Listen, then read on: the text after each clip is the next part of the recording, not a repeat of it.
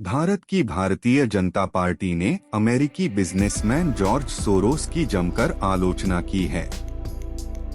शुक्रवार 17 फरवरी 2023 को भारत की नरेंद्र मोदी सरकार में केंद्रीय मंत्री और भारतीय जनता पार्टी की नेता स्मृति ईरानी ने एक प्रेस कॉन्फ्रेंस कर कहा कि जॉर्ज सोरोस का बयान भारत की लोकतांत्रिक प्रक्रिया को बर्बाद करने की घोषणा है। जॉर्ज सोरोस ने जर्मनी के म्यूनिख रक्षा सम्मेलन में कहा था कि भारत तो एक लोकतांत्रिक देश है, लेकिन प्रधानमंत्री नरेंद्र मोदी लोकतांत्रिक नहीं हैं और मोदी के तेजी से बड़ा नेता बनने की अहम वजह भारतीय मुसलमानों के साथ की गई हिंसा है। जॉर्ज सोरोस ने कहा कि भारत रूस से कम कीमत पर तेल खरीदता है।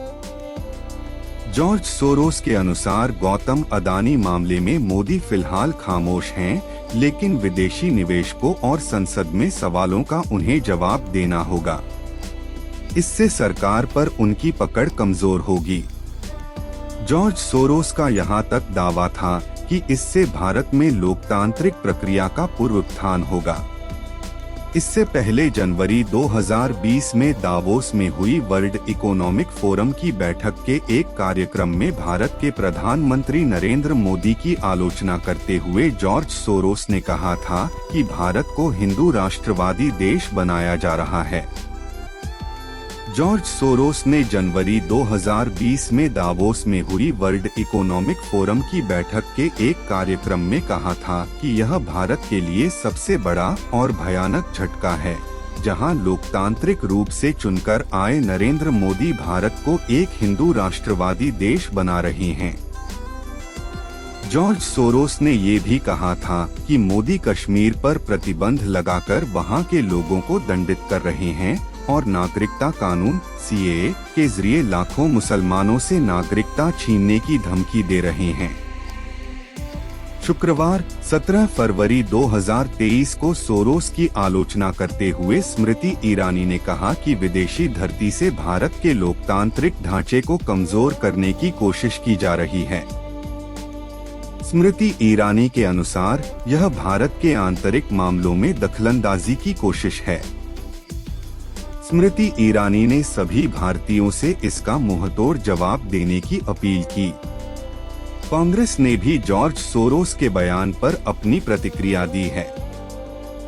कांग्रेस पार्टी के महासचिव और मीडिया प्रमुख जयराम रमेश ने ट्वीट कर कहा, PM से जुड़ा अदानी घोटाला भारत में लोकतांत्रिक पुनरुत्थान शुरू करता है या नहीं, यह पूरी तरह कांग्रेस, विपक्ष व हमारी चुनाव प्रक्रिया पर निर्भर है। इसका जॉर्ज सोरोस से कोई लेना देना नहीं है। हमारी नेहरूवादी विरासत सुनिश्चित करती है कि उन जैसे लोग हमारे चुनाव परिणाम तय नहीं कर सकते। शिवसेना की राज्यसभा सांसद प्रियंका चतुर्वेदी ने बीजेपी की आलोचना की है। प्रियंका चतुर्वेदी ने ट्वीट किया, जॉर्ज सोरोस कौन है और बीजेपी का ट्रोल मंत्रालय उन पर प्रेस कॉन्फ्रेंस क्यों कर रहा है। वैसे मंत्री जी, भारत के चुनावी प्रक्रिया में इस्राएली एजेंसी के दखलंदाजी पर आप कुछ कहना चाहेंगी? भारत के लोकतंत्र के लिए वो ज्यादा बड़ा खतरा है। तृणमूल कांग्रेस की लोकसभा सांसद महुआ मोइत्रा ने स्मृति ईरानी पर तंज करते हुए कहा, आदरणीय कैबिनेट मंत्री ने हर भारतीय से जॉर्ज सोरोस को मुंहतोड़ जवाब देने का आह्वान किया है। आज शाम 6 बजे कृपया थाली पीटें।